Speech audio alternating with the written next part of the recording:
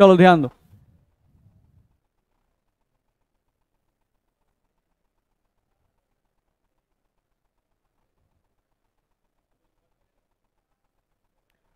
देखा जाए colligative properties के बारे में हम देख रहे हैं, तो कोलिगेटिव प्रॉपर्टीज के बारे में देखें अगर, तो कोलिगेटिव प्रॉपर्टीज का मतलब होता है that properties of solution, that property of solution which depend upon number of particles, number of particles present in the solution, नहीं, does not depend upon the nature of the solute particles. ध्यान रखना है, उसी को हम लोग क्या कहते हैं, कोलिगेटिव प्रॉपर्टी। यानी बोल रहा है किसी भी सॉल्यूशन का वैसा प्रॉपर्टी, किसी भी सॉल्यूशन का वैसा प्रॉपर्टी जो सॉल्यूशन में प्रेजेंट या सॉल्यूशन में उपस्थित सॉल्यूट पार्टिकल्स की संख्या पर डिपेंड करते हैं, सॉल्यूट पार्टिकल्स की संख्या पर डिपेंड करते हैं, उसी प्रॉपर्टीज को कोलिगेटिव प्रॉपर्टीज कहते हैं। नहीं, ये सॉल्यूट पार्टिकल्स के नेचर पे डिपेंड नहीं करते हैं। ध्यान रखना है, तुम लोग समझेंगे, ध्यान रखना है।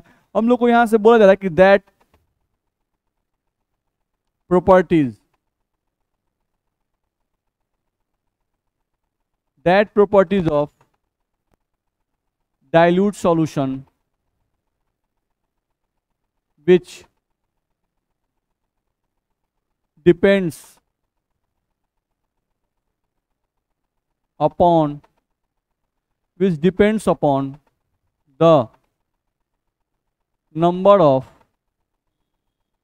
solute particles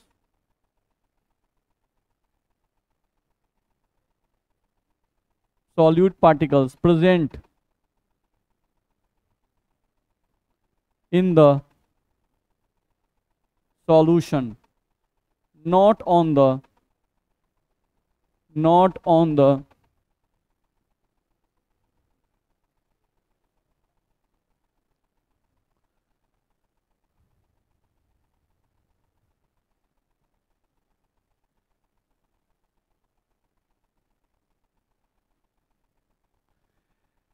that properties of dilute solution which depends upon the number of solute particles present in the solution, not on the nature of solute particles, नहीं, is called as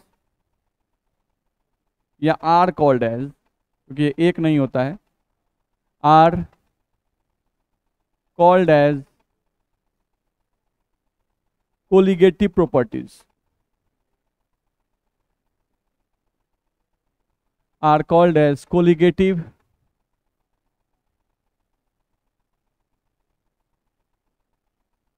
प्रॉपर्टीज।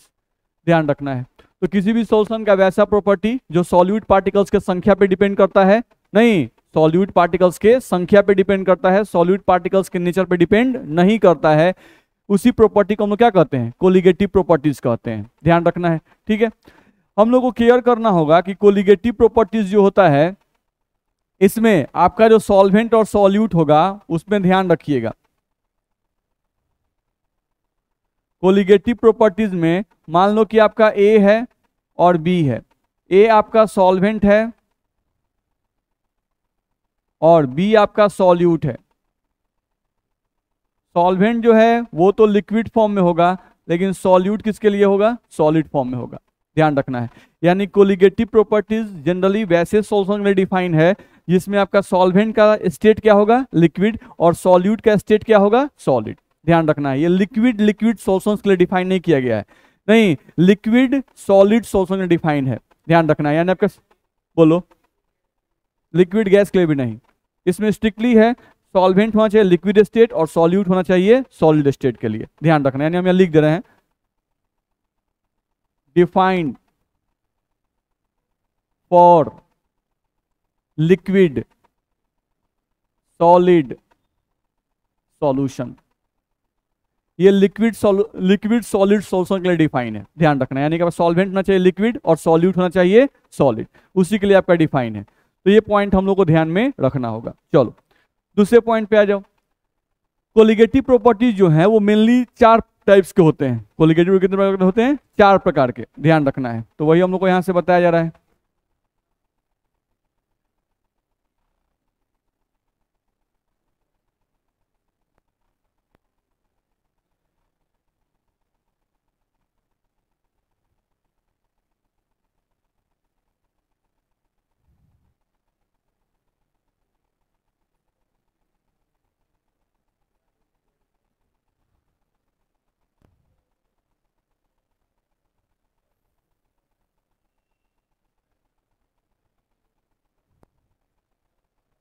देखो ध्यान से, कोलिगेटिव प्रॉपर्टी जो है वो आपके 4 type के होते हैं। कौन कौन से होते हैं देख लो।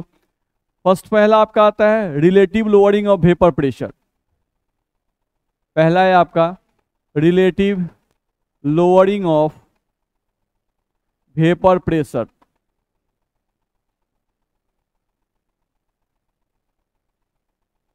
Relative lowering of vapour pressure, जिसको शॉर्ट फॉर्म में आप RLVP भी कहते हैं,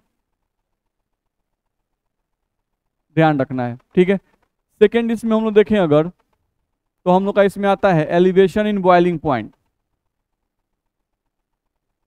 एलिवेशन इन बॉइलिंग पॉइंट,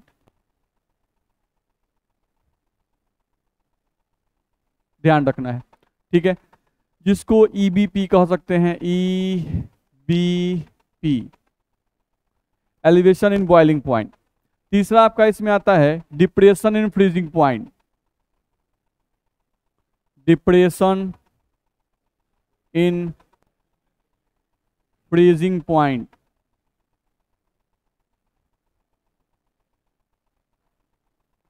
जिसको आप कह रहे हो DFP, depression in freezing point. और चौथा अगर हम देखें तो चौथा आपका इसमें आ रहा है ऑस्मोटिक प्रेशर।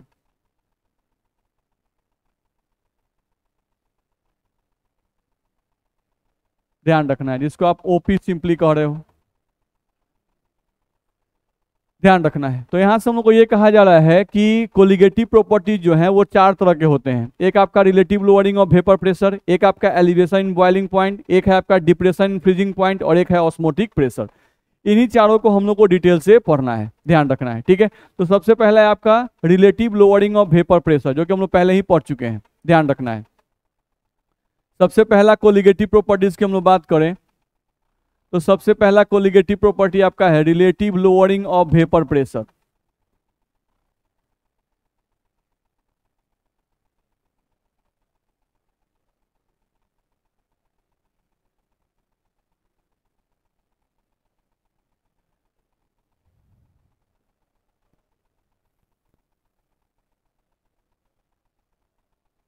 चलो, अगर relative lowering of vapour pressure की बात करें, नहीं तो relative lowering of vapour pressure को हम लोग पहले ही पढ़ चुके हैं। इसका फॉर्मूला है कि याद करो, हम लोग फॉर्मूला पढ़े थे according to Raoult's P0 minus PS बट्टा P0 is equals to mole fraction of solute. पढ़े थे नहीं? P0 माइनस PS बट्टा P0 बराबर मोल फ्रैक्शन ऑफ सॉल्यूट। नहीं, एक ऐसा सॉल्यूशन जिसमें सॉल्वेंट लिक्विड हो और सॉल्यूट आपका सॉलिड हो, वैसे सॉल्यूशन के वेपर प्रेशर का एक फॉर्मूला हम लोग पढ़े थे। नहीं, वो फॉर्मूला था P0 माइनस PS बट्टा P0 बराबर मोल फ्रैक्शन ऑफ सॉल्यूट, पढ़ चुके हैं हम लोग। यहां से हम लोग का जो P0 आपका लिखा गया है, इस P0 का मतलब था vapour pressure of pure liquid. इसका मतलब था vapour pressure of pure liquid, इसका मतलब था। यहां जो PS हम लोग को लिखा हुआ है, इस PS का मतलब था vapour pressure of solution, vapour pressure of solution. फिर यहाँ P0 का मतलब वही है, vapour pressure of pure liquid, और एक्स सॉल्यूट का मतलब था मोल fraction of solute, mole fraction of solute. तो ये सब का मतलब था जो कि हम लोग पहले पढ़े हुए हैं, ठीक है। चलो, ध्यान रखना है। अब ये जो फॉर्मूला हम लोग देख रहे हैं यहां पर, ये जो फॉर्मूला हम लोग को लिखा गया है, नहीं, ये फॉर्मूला किसके अनुसार है? Given by Raoult.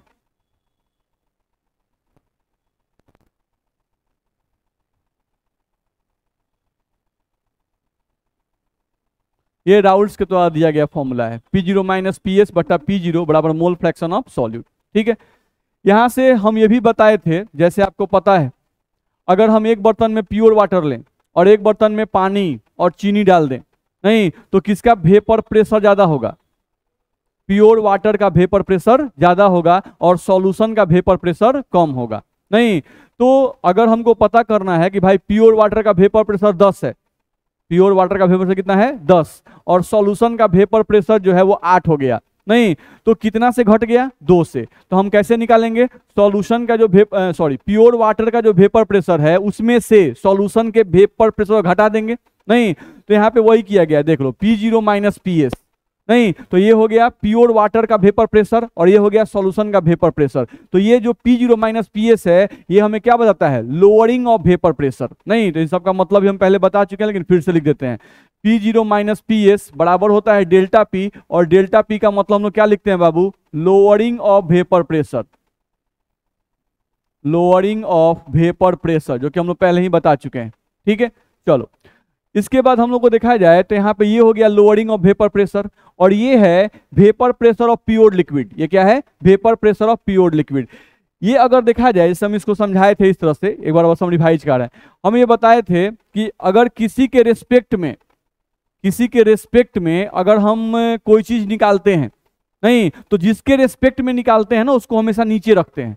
कहाँ रखते हैं, उसको नीचे रखते हैं। जैसे मान लो आपको 80 नंबर आया 100 नंबर में, तो हम उसको लिखते हैं 80/100, यानी कि 100 के सापेक्ष में, 100 के रिस्पेक्ट में आपको 80 आया। किसी को 70 आया तो हम बोलते हैं 70/100, 100 के रिस्पेक्ट में आपको कितना आया, 70 आया। तो जिसके रिस्पेक्ट में आप निकाल लो, तो किसके रिस्पेक्ट में, 100 के रिस्पेक्ट निकाल रहे थे, तो जिसके रिस्पेक्ट में निकालते हो उसको कहाँ रखते हैं, नीचे। ठीक है, तो समझो इसमें ऊपर वाला जो है ये है तुम्हारा लोअरिंग ऑफ वेपर प्रेशर, नहीं, और नीचे तुम रखे हुए हो किसको, vapour pressure of pure liquid. नहीं तो इस पूरे फॉर्मूला को हम ऐसे भी पढ़ सकते हैं, नहीं, lowering of vapour pressure with respect to pure vapour pressure of pure solvent. ये क्या है, lowering of vapour pressure with respect to, किसके रेस्पेक्ट में, vapour pressure of pure solvent. नहीं तो चलो अगर कहीं ऐसे लिखा हुआ है P0 माइनस PS बट्टा P0, तो इसको हम लोग क्या कहते हैं, इतना को बोलते हैं लोअरिंग ऑफ वेपर प्रेशर। तो हम यहाँ लिख रहे हैं, देखो lowering of vapour pressure with respect to vapour pressure of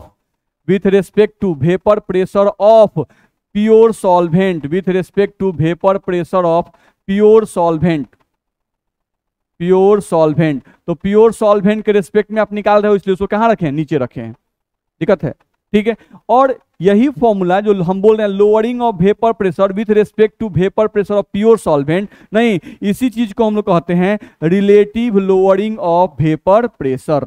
इसी को बोलते हैं हम लोग relative lowering of vapour pressure. दिक्कत है, चलो तुम यहां से ये भी चीज समझते हो, नहीं, कि अकॉर्डिंग टू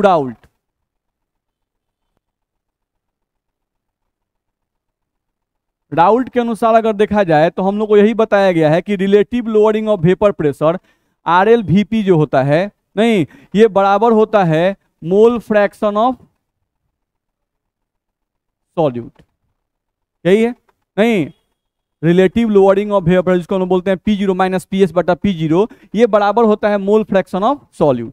अच्छा, मोल फ्रैक्शन ऑफ सॉल्यूट, इसको आप बोल रहे हो मोल फ्रैक्शन ऑफ सॉल्यूट। तो मोल फ्रैक्शन ऑफ सॉल्यूट का मतलब होता है moles of solute present in 1 mole solution.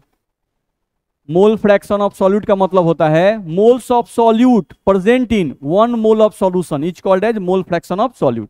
नहीं तो मोल फ्रैक्शन ऑफ सॉल्यूट क्या बताता है, मोल्स ऑफ सॉल्यूट बताता है। क्या बताता है ये, मोल्स ऑफ सॉल्यूट। और मोल्स ऑफ सॉल्यूट का मतलब सॉल्यूट की मात्रा।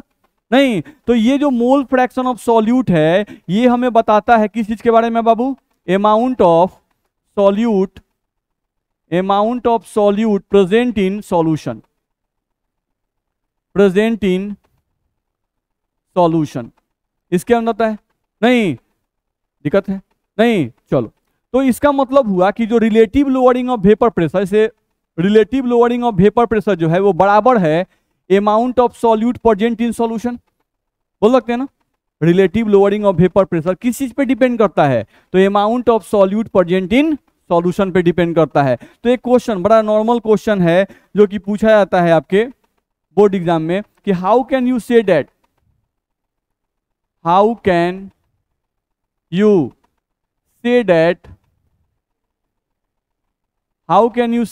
RLVP is a colligative properties।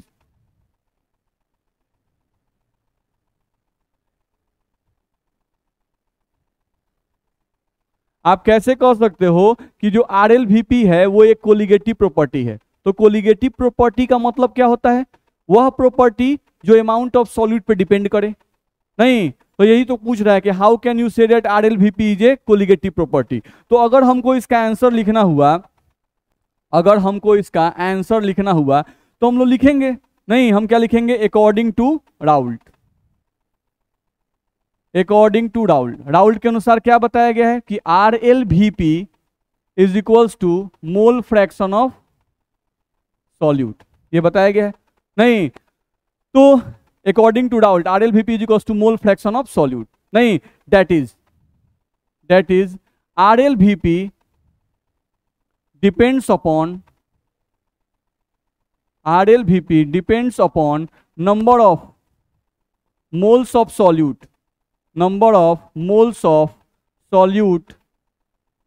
present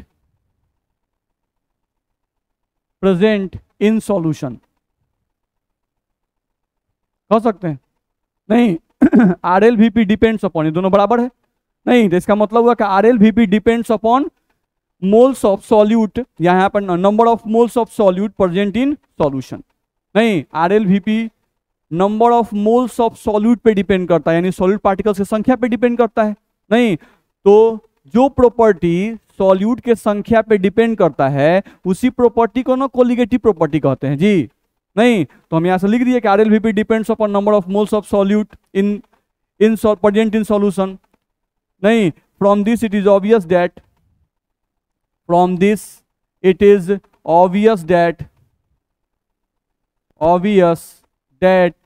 RLVP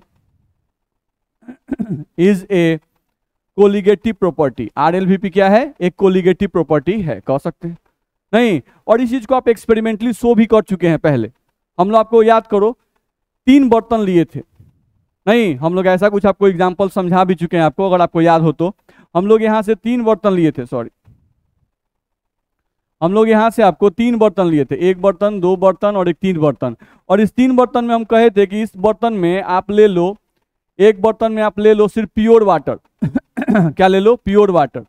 और एक बर्तन जो है, इस बर्तन में नहीं, तुम यहाँ पर शुगर कुछ डाल दिए, कुछ चीनी डाल दिए। तो मान लो इसमें तुम चीनी डाल दिए, कितना, 5 ग्राम शुगर तुम डाल दिए, ठीक है।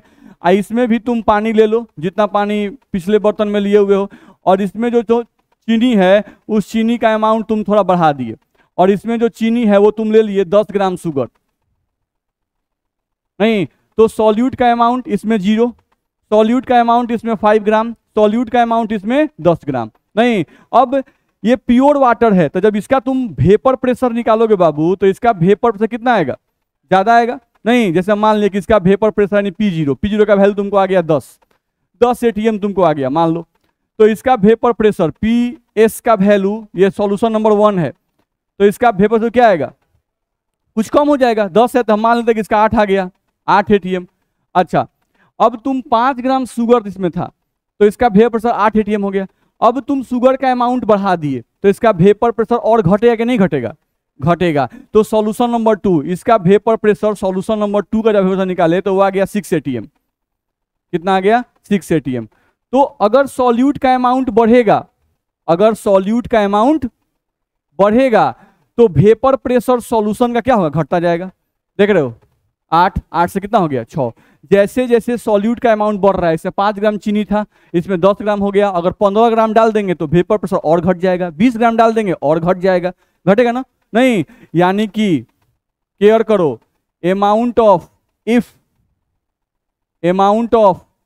Solute, if amount of solute increases, then value of PS decreases होगा। जैसे सॉल्यूट का अमाउंट तुम बढ़ा रहे हो, PS का वैल्यू क्या हो रहा है, घट रहा है, ठीक है। चलो, अब सॉल्यूशन नंबर 1 जो है, इसके लिए तुम निकालना चाहते हो P0 माइनस PS। तो P0 माइनस PS का मतलब क्या होता है, लोअरिंग ऑफ वेपर प्रेशर। नहीं, तो चलो P0 का मान कितना है, 10। P0 का मतलब प्योर, नहीं, तो प्योर वाटर का वेपर प्रेशर कितना माने तुम, 10। नहीं, तो P0 माइनस PS का मान निकाल, तो इसका हो गया 10। आइए, सॉल्यूशन नंबर 1 है, तो चलो इसका वैल्यू कितना, 8, वैल्यू कितना आ गया, 2। तो लोअरिंग ऑफ वेपर प्रेशर का वैल्यू क्या हो गया, बढ़ा कि घटा, लोअरिंग ऑफ वेपर प्रेशर का वैल्यू यहां पर 2 आ गया। अच्छा, इसे किसमें निकालो, P0 माइनस PS2 कितना होगा? P0 का वैल्यू 10 फिक्स है, माइनस इधर कितना आया है 6, कितना आएगा? चलो यहां पर आया तुमको 2 ATM और यहां पर तुमको आ गया 4 ATM, तो बढ़ा कि घटा? बढ़ गया। नहीं तो हम लोग पहले ही बता चुके हैं आपको कि जैसे जैसे सॉल्यूट का अमाउंट बढ़ेगा वेपर प्रेशर ऑफ सॉल्यूशन घटता जाएगा, लेकिन लोअरिंग ऑफ वेपर प्रेशर का वैल्यू बढ़ता जाएगा। नहीं, इसका लोअरिंग ऑफ वेपर का वैल्यू 2 आया, सॉल्यूट का अमाउंट बढ़ गया तो इसका लोअरिंग ऑफ वेपर प्रेशर का वैल्यू भी क्या हो गया? बढ़ गया। नहीं तो हम लोग को ध्यान रखना है, if the amount of solute increases then value of PS increases, same as first point हुआ। सेकेंड पॉइंट में बोल रहे हैं if amount of solute increases then lowering of vapour pressure, then lowering of vapour pressure, तो lowering of vapour का मतलब क्या हुआ? P0 माइनस PS क्या होगा बाबू? इंक्रीजेज। दिक्कत है? नहीं, लोअरिंग ऑफ वेपर प्रेशर का वैल्यू क्या होगा? इंक्रीज करेगा अगर सॉल्यूट का अमाउंट तुम बढ़ाओगे तो। चलो अच्छा, इसके लिए सॉल्यूशन नंबर 1 के लिए तुम RLVP का मान निकालना चाहते हो। इसके लिए सॉल्यूशन नंबर 1 के लिए तुम RLVP निकालना चाहते हो, तो RLVP का तो मतलब ये होता है P0 माइनस PS बट्टा P0 का मान निकालो। तो तुम P0 माइनस PS का वैल्यू निकाल चुके हो 2, तो इसको तुम रख दिए 2। अब P0 का मान फिक्स होता है 10, तो 2 बटा 10 कर दिए, कितना आ गया? 0.2 आ गया। अच्छा, इस सॉल्यूशन के लिए तुम निकालना चाहते हो, इसके लिए तुम निकालना चाहते हो P0 माइनस PS बटा P0 का मान। तो ये बताओ P0 का मान तो फिक्स है 10, यहां पर कितना? माइनस, सॉरी हम 10 क्या कर रहे हैं? अनवांटेड। कितना करें? P0 माइनस PS का वैल्यू 4 और 4 बटा 10, वैल्यू कितना आएगा? 0.4।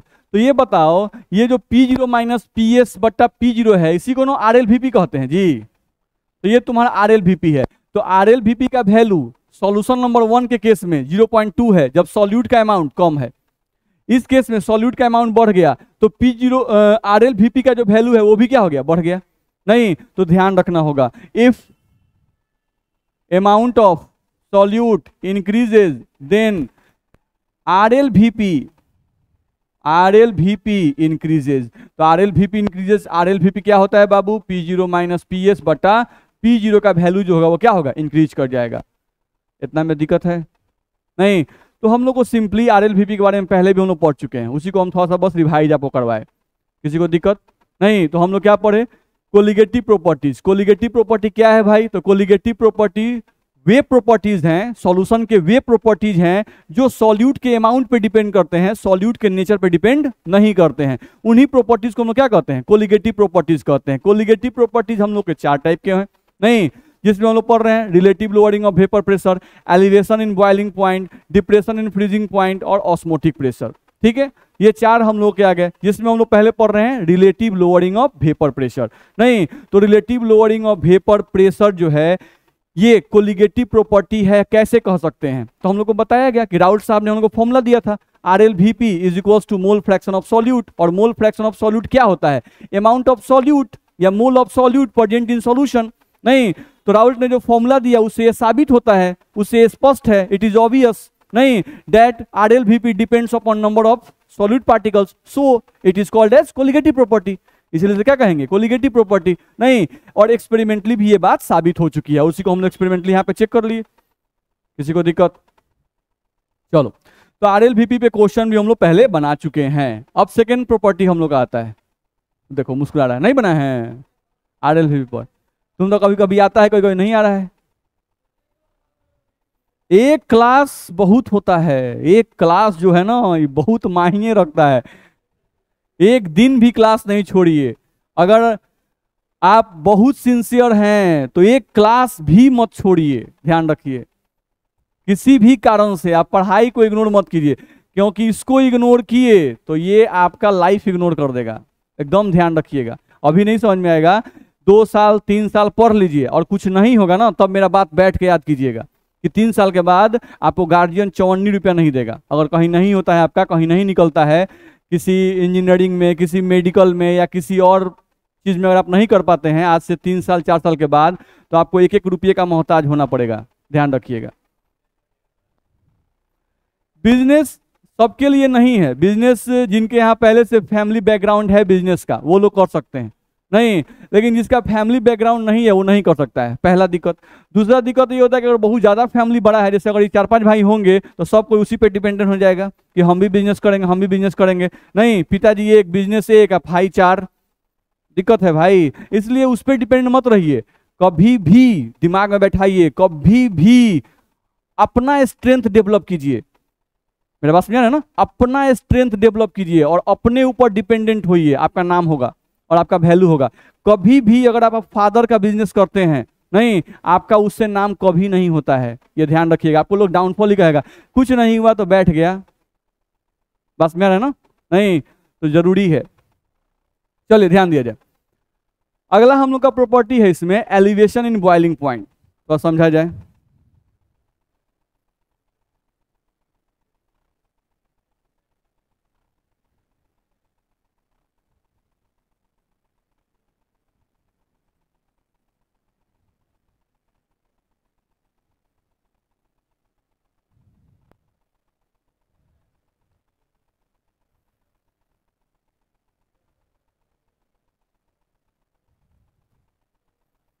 देखा जाए, अगला हम लोग का इसमें आ रहा है एलिवेशन इन बॉइलिंग पॉइंट। तो एलिवेशन इन बॉइलिंग पॉइंट में सबसे पहले हम लोग सीखेंगे बॉइलिंग पॉइंट के बारे में।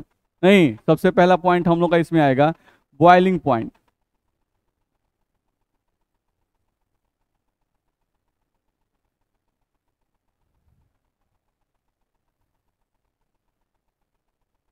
चलो, अब पहले बॉइलिंग पॉइंट को समझने की कोशिश करो, ठीक है। सबसे पहले हम लोग बॉइलिंग पॉइंट को समझने की कोशिश करते हैं कि बॉइलिंग पॉइंट क्या है, ठीक है। तो एक तो नॉर्मल जो 9th में डेफिनेशन पढ़ते हैं, जो हम लोग को बताया जाता है कि the temperature at which any liquid start vaporising या स्टार्ट कन्वर्टेड इनटू वेपर। नहीं, वह टेम्परेचर, जिस टेम्परेचर पे कोई भी लिक्विड वेपर में कन्वर्ट करना शुरू कर दे, उसी टेम्परेचर को हम लोग क्या कहते हैं, boiling point of that liquid, उस लिक्विड का बॉइलिंग पॉइंट कहते हैं, ठीक है। लेकिन अभी के समय में जब हम लोग 12th में आते हैं तो उस समय इसका बॉइलिंग पॉइंट का डेफिनेशन चेंज कर देता है। नहीं, कैसे रहता है उसको थोड़ा समझ लेते हैं। देखो तो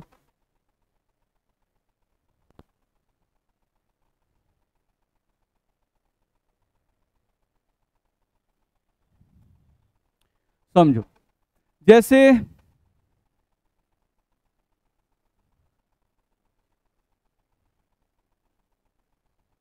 यहां पर तुम ले लिए प्योर वाटर, ये तुम लिए हुए हो प्योर वाटर, ठीक है। अब इस प्योर वाटर को तुम हीट करना शुरू किए। अगर तुम इसको हीट कर रहे हो तो हीट करने पर ये गर्म होगा, नहीं, और वाटर का बॉइलिंग पॉइंट सब लोग जानता है 100 डिग्री सेल्सियस। नहीं, इसका बॉइलिंग पॉइंट मान लो पहुंच गया गर्म करते करते कितना, 100 डिग्री सेल्सियस, ठीक है। तो अब ये वेपर में कन्वर्ट करना शुरू करेगा, करेगा ना जी? नहीं, समझो इस बात को। यहां पर हुआ क्या है कि ये वाटर आप ले लिए, नहीं, ठीक है, आप प्योर वाटर ले लिए हुए हैं। अभी इसमें एटमॉस्फेरिक गैसेज कुछ ना कुछ भरे हुए हैं। ये जो डॉट डॉट हम लिख रहे हैं, ये सब जो हैं ये आपके एटमॉस्फेरिक गैसेज हैं। कौन से गैसेज हैं? एटमॉस्फेरिक गैसेज से भरे हुए हैं अभी इसमें, एटमॉस्फेरिक गैसेज, एटमॉस्फेरिक गैसेज अभी इसमें भरे हुए हैं, ठीक है।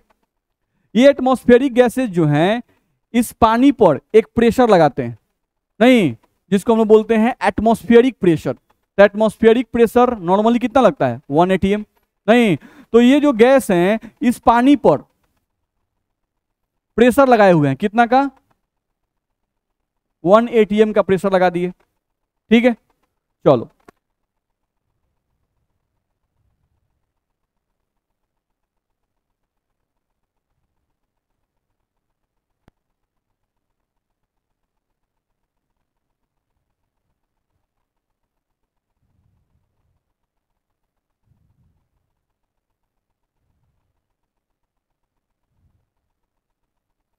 देखा जाए, हम लोग बोल रहे हैं यहां पानी है, इसके ऊपर एटमॉस्फेरिक गैसेज कुछ हैं। एटमॉस्फेरिक गैसेज इस पानी पर कितना प्रेशर लगा रही हैं, 1 atm, ठीक है। यानी ये जो गैसेज हैं ये पानी को दबाए हुए हैं, पानी को क्या किए हुए हैं, दबाए हुए हैं। नहीं, अगर पानी का कोई मॉलिक्यूल जो है वो अगर चाहेगा कि हम ऊपर चले जाएं, नहीं, तो ये जो गैसेज हैं ये स्ट्रांग हैं, ये इसको धक्का देकर, मारकर, पीट कर नीचे ढकेल देंगे। नहीं, क्योंकि ऊपर ताकतवर लोग हैं और नीचे कमजोर लोग हैं। नहीं, ध्यान रखना है। तो अगर पानी को ताकतवर लोग के साथ रहना है, यानी पानी को गैसेज के साथ रहना है, तो पानी को भी ताकतवर होना पड़ेगा। नहीं, तो अब क्या किया, आप इसको हीट करने लगे। नहीं, जब हीट किए तो हीट करने पर क्या हुआ, बर्तन का पहले नीचे वाला हिस्सा गर्म हुआ, फिर नीचे वाला पानी गर्म हुआ, बीच वाला पानी गर्म हुआ, ऊपर वाला पानी गर्म हुआ, सब पानी जो है खोलने लगा। यानी कि सब पानी अब तैयार है कि अब हम लोग ऊपर चले ही जाएंगे। नहीं हो गया, सब पानी जो है अपना पूरा बैग पैक करके पूरा तैयार है सब, अब निकल जाए, तो अब निकल जाए। बात समझ में आ रहा है? तब तक नीचे वाला जो पानी था, ध्यान समझना है, जो नीचे वाला पानी था इसको बेचैन ज्यादा घुसा हुआ है। नहीं, काहे बेचैन ज्यादा है, क्योंकि इसको एनर्जी पहले मिल रहा है। नहीं, तो ये क्या किया कि सबको धक्का उक्का मार के आराम से ऊपर पहुंचा। बस में आ रहा है? तो जैसे ही ये ऊपर पहुंचा, समझो अभी हम लोग इसका बॉइलिंग पॉइंट यहां मिटा देते हैं। हम लोग मान लो कि अभी इसको जो टेम्परेचर है, अभी इसका टेम्परेचर हम लोग पहुंचा है 80 डिग्री सेल्सियस। ठीक है, अब इसको हीट मिला 80 डिग्री सेल्सियस। नहीं, तो हीट मिलने का मतलब एनर्जी मिला, एनर्जी मिलता है तो बहुत लोग पगला जाते हैं। नहीं, तो इसको भी एनर्जी मिला, एनर्जी मिला तो ये पगला गया। नहीं, इसको लगा कि यार हम बहुत ताकतवर हो गए हैं, हम बर्तन में क्या कर रहे हैं, अब हमको एटमॉस्फेयर में निकलना चाहिए। नहीं, ये अलबला के क्या किया, बाहर निकला।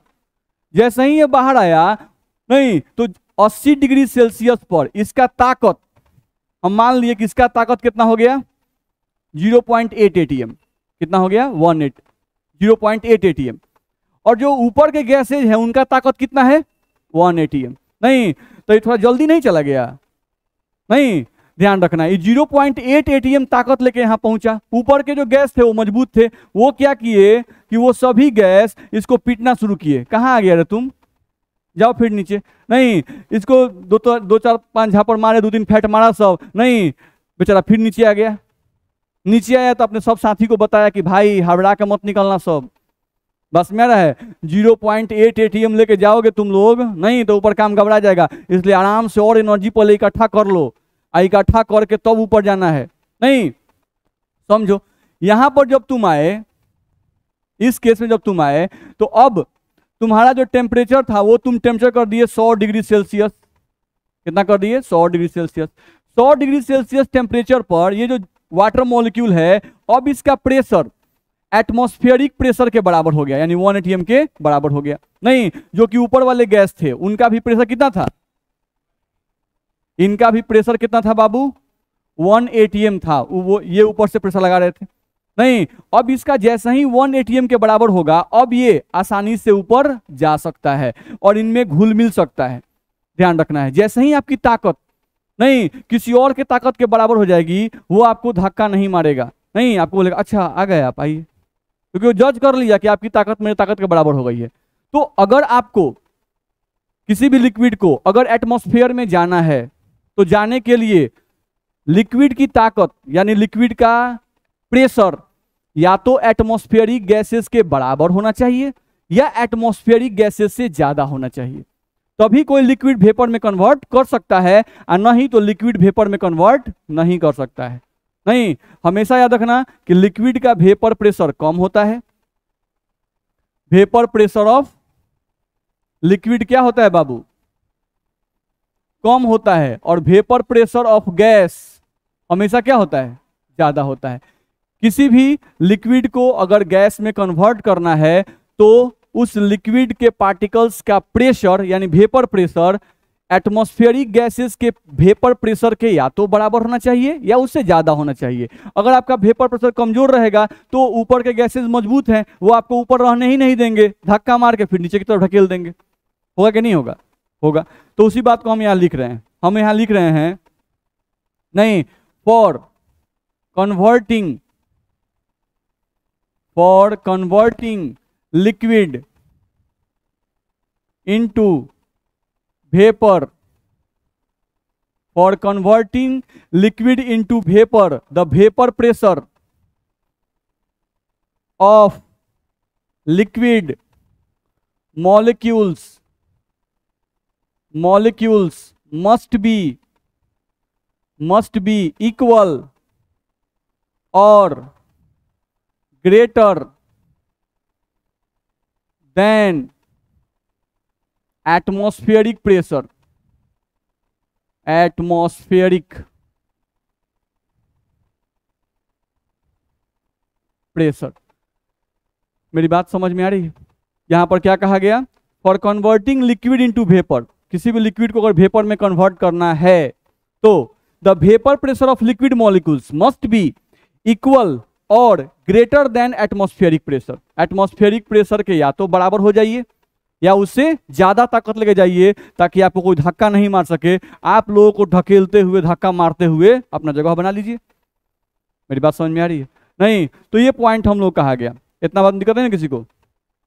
दूसरा पॉइंट, जैसे ही आप वाटर को बॉइलिंग पॉइंट 100 डिग्री सेल्सियस कीजिएगा, 100 डिग्री सेल्सियस पर जो लिक्विड होता है, कोई भी लिक्विड आप ले लो, वाटर ले लो चाहे पेट्रोल ले लो, अगर वो अपने बॉइलिंग पॉइंट पे पहुंच गया, जैसे ये वाटर है तो वाटर अभी अगर आप 100 डिग्री सेल्सियस को टेम्परेचर दे दिए तो इस समय इसका वेपर प्रेशर एटमॉस्फेरिक प्रेशर के बराबर हो जाता है. उससे ज्यादा नहीं होगा, ज्यादा नहीं होगा. बॉइलिंग पॉइंट पर, किसी भी लिक्विड के बॉइलिंग पॉइंट पर लिक्विड का वेपर प्रेशर सिर्फ और सिर्फ एटमॉस्फेरिक प्रेशर के बराबर होता है. ठीक है? आपको ज्यादा करना है तो उसका अलग तरीका है. नहीं, जैसे ही कोई भी लिक्विड वेपर में कन्वर्ट करने लगा, यानी अपने बॉइलिंग पॉइंट को रीच कर गया, तो समझ जाओ बॉइलिंग पॉइंट को रीच कर गया, यानी कि उस समय उसका वेपर प्रेशर कितना हो गया?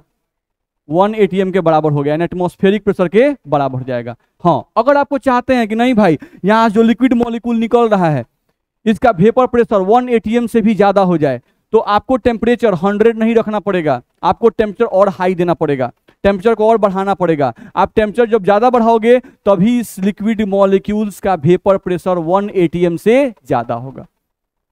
मेरी बात समझ में आ रही है? नहीं, वो भी हम लोग समझेंगे, देखा जाए. यहां समझो तो हम लोग यहां से पहले पॉइंट लिख लें. हम लोग को यहां से कहा गया at boiling point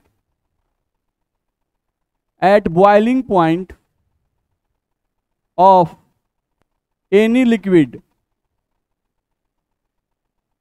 eight boiling point of any liquid, ध्यान रखना है, vapour pressure of liquid is equals to atmospheric pressure,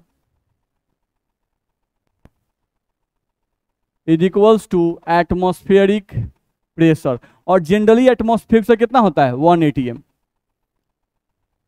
ध्यान रखना है. ठीक है? तो अगर पानी को आप 100 डिग्री सेल्सियस टेम्परेचर दोगे तो पानी का वेपर प्रेशर 1 atm के बराबर हो जाएगा. अगर पेट्रोल को 30 डिग्री सेल्सियस टेम्परेचर दोगे तो पेट्रोल का वेपर प्रेशर 1 atm के बराबर होगा. मेरी बात समझ में आ रही है? किसी को दिक्कत है? नहीं? चलो दूसरा पॉइंट थोड़ा समझने की कोशिश करो, थोड़ा और समझ लें, उसके बाद हम आगे बढ़ेंगे. यहां पर तुम जो लिक्विड लिए हुए थे, ठीक है, तो मान लो लिक्विड का लेयर 1 2 3 4 5 लेयर है. अभी यहां कितना लेयर है? 5 लेयर है. ठीक है, 5 लेयर है. और इसको तुम टेम्परेचर दे दिए थे 100 डिग्री सेल्सियस. लिक्विड कुछ वेपर में कन्वर्ट कर रहे थे, कुछ वेपर में कन्वर्ट किए. अब देखो तो हीट करने के बाद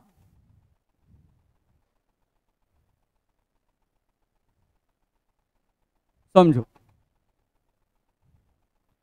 ये लिक्विड का 5 लेयर है. 5 लेयर में से हम मानते हैं कि 3 लेयर जो है वेपर में कन्वर्ट कर गया, 3 लेयर वेपर में कन्वर्ट कर गया. कितना लेयर बच गया? 2 लेयर बच गया. यहां पर तुम अब देख सकते हो कि तुम्हारे पास 2 लेयर बचे हुए हैं. कितने लेयर बचे हुए हैं? 2 लेयर लिख दिए. ठीक है, अच्छा सोचो कि पहले वाले, सोचो यहां पर थोड़ा ध्यान दो, पहले इस बर्तन में इस पानी के ऊपर सिर्फ कौन थे? Atmospheric gases.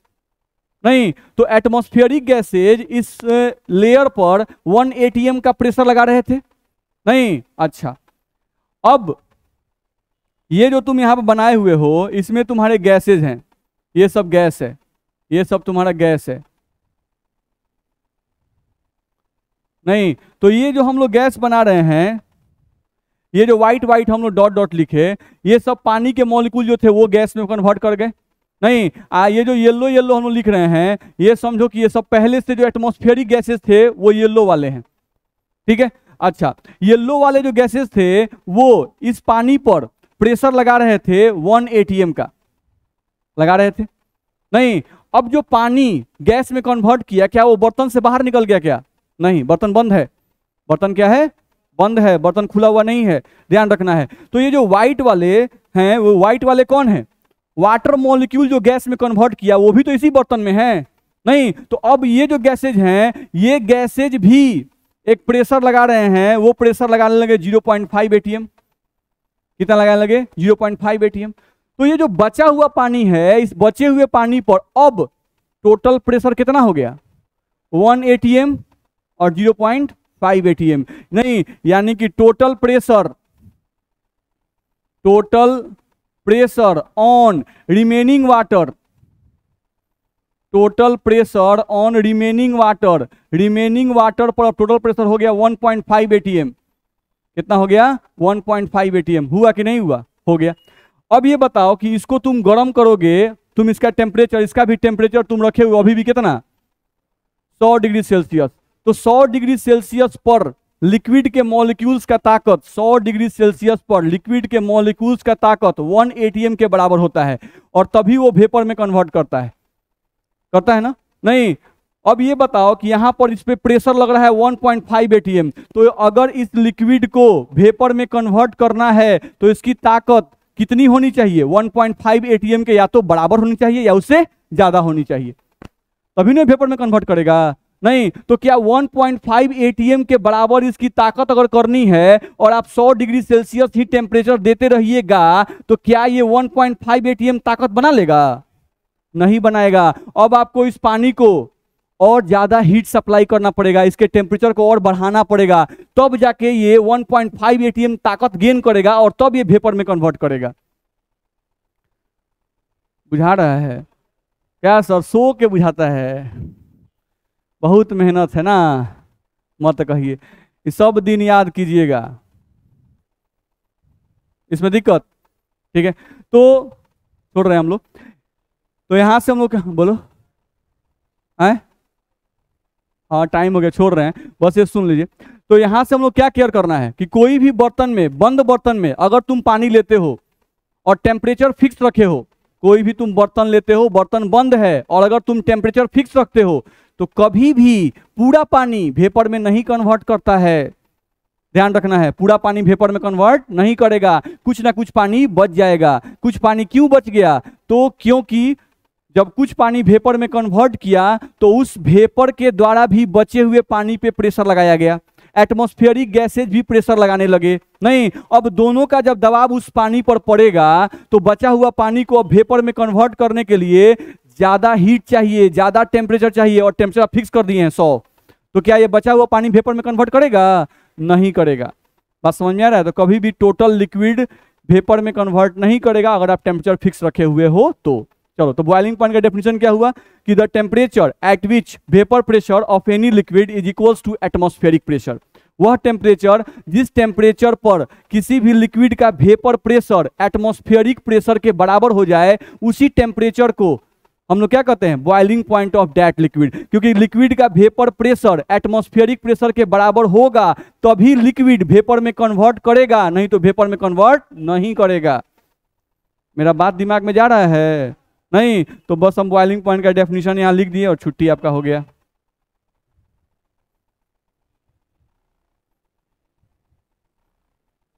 The temperature at which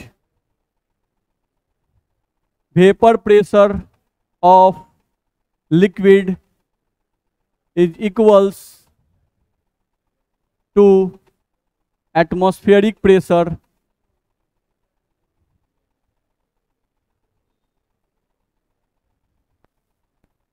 is called as the temperature at which vapor pressure of liquid is equals to atmospheric pressure. That temperature is called as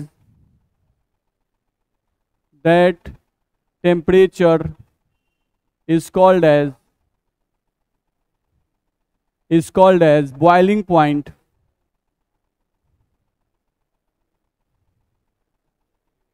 of that liquid. चलिए ओके, आज के लिए इतना ही।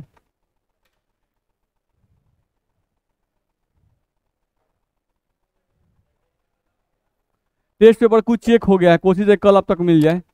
कुछ check हो गया है, बस एक दो और को भी बचा हुआ है, आज चेक कर देंगे जो बचा हुआ है।